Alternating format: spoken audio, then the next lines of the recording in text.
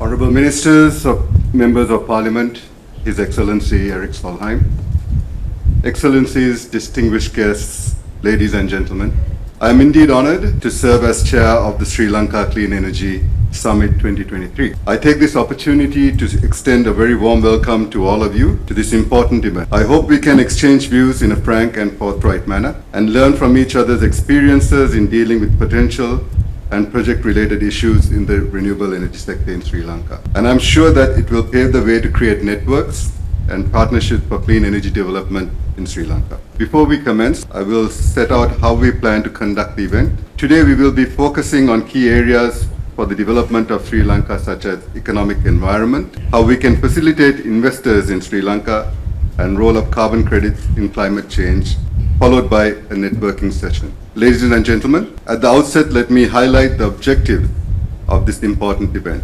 Sri Lanka, being a country with abundant renewable energy potential, is seeking opportunities in transitioning renewables to march towards sustainable development. The transition does not limit reducing fuel imports that are placing a burden on government finance. It enables the creation of jobs, including for women, and rebuilds the economy based on clean and affordable energy. The transition will create multiple gains for the economy, the energy industry, and the environment. Sri Lanka is a low carbon emitting country with emissions of approximately 1.02 tons per capita per year on average. The country's development pathway has always remained low carbon intensive. Sri Lanka is a very rare example of a country that has achieved higher human development while managing CO2 emissions well below the Paris Agreement.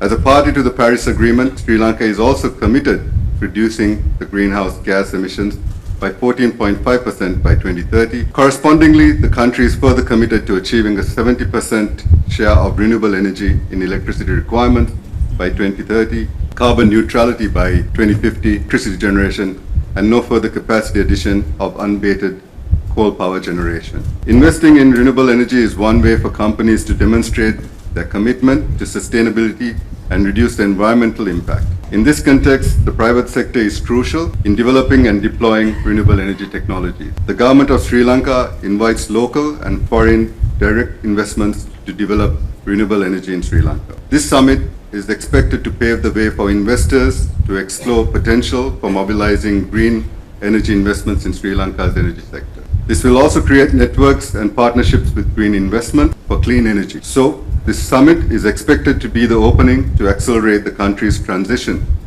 to a low-carbon economy and achieve climate commitment collectively. Thereafter, ladies and gentlemen, I will open the floor for all you dignitaries and cordially invite to actively take part in the Sri Lanka Clean Energy Summit 2023 to create networks and partnerships for clean energy development in Sri Lanka. Before concluding, I would like to express my sincere gratitude to our President, Ranil Wickremesinghe, for initiating this great idea and leading us, guiding us throughout. I would also like to express my sincere thanks to His Excellency Eric Solheim.